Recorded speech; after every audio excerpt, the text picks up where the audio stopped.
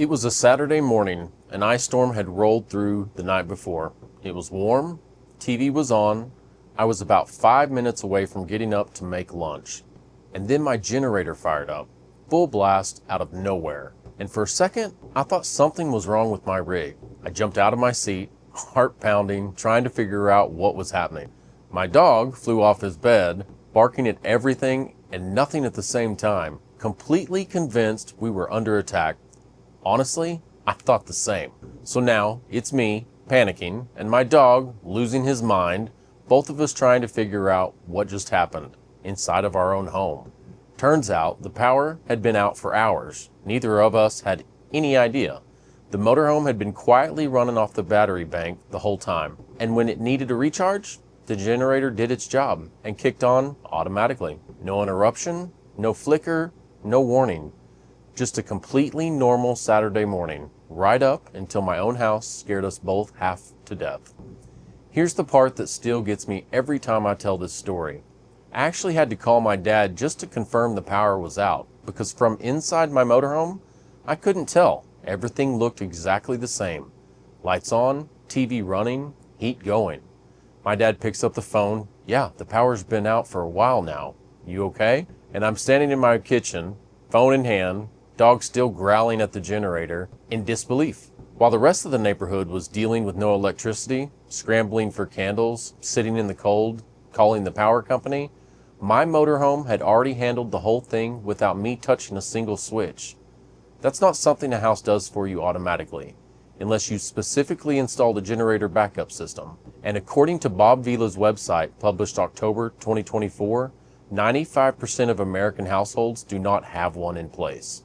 I got one baked in because it's a requirement of this lifestyle, not an upgrade. There's a version of this life that sounds like sacrifice, smaller space, fewer amenities, trade-offs, everywhere. And then a Saturday ice storm rolls through and you realize your home handled an emergency while you were busy watching TV thinking it's cold outside. Does soup sound good or fried chicken? This is where the trade-off conversation gets a lot more complicated. That was the dramatic one, the dramatic story. The second advantage isn't dramatic at all, but it might be the one that changed my day-to-day life the most. It takes me 10 minutes to clean my entire house. 10 minutes.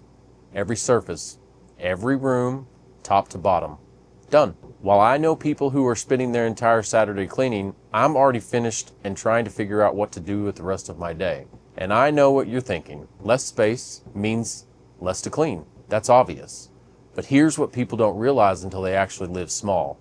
It's not just the cleaning time, it's the mental load. When I lived in a house, I always had a list running in the back of my head. The gutters, the guest bathroom, the garage that somehow got out of control. How does that always happen? And the corner of my yard that I kept meaning to deal with. That list never fully went away. Even when I was actively thinking about it, it was still there, taking up space. When you live small, that list gets small too.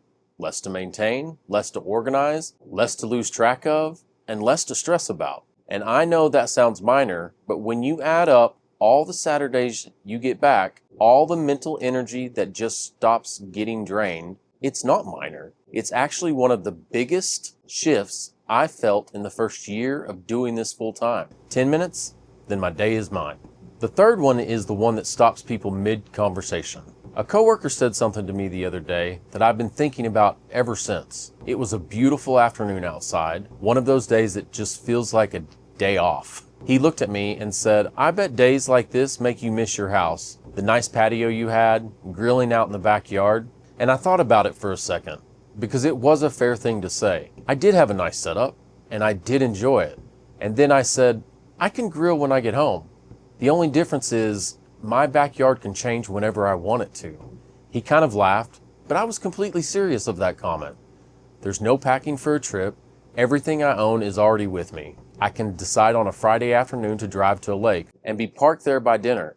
I can wake up Saturday morning, make coffee, and sit outside with a view that literally didn't exist in the last week of my life. No hotel booking, no suitcase, no version of this where I'm sleeping somewhere unfamiliar, without my own bed and my own kitchen. A house gives you a backyard, which is great, don't get me wrong. This life gives you a backyard at any time, anywhere, and that changes. I've been doing this since I was 25 years old, off and on, and that is not an accident. So yes, RV life has trade-offs. Hard days, cold repairs, burnout Fridays, where you park somewhere and just sit and go nowhere and do nothing because you just don't have any energy left. We've talked about all of this in honesty on this channel, but it also has Saturday mornings where your house quietly handles a power outage while you and your dog are busy watching TV and thinking about what's for lunch. It has weekends that take 10 minutes to prepare for because your house is already clean, and it has a backyard that can be wherever you want, whenever you want, and it can be on any given Friday afternoon. That's the life nobody shows you online, but it's the one worth talking about. This channel is about the real side of RV life, the hard parts and the advantages. No filters, no sugarcoating, just living. L-I-V-I-N. Remember, we're here for a good time, not a long time. Soak it all up, because none of us knows what tomorrow brings. I'll see you in the next one.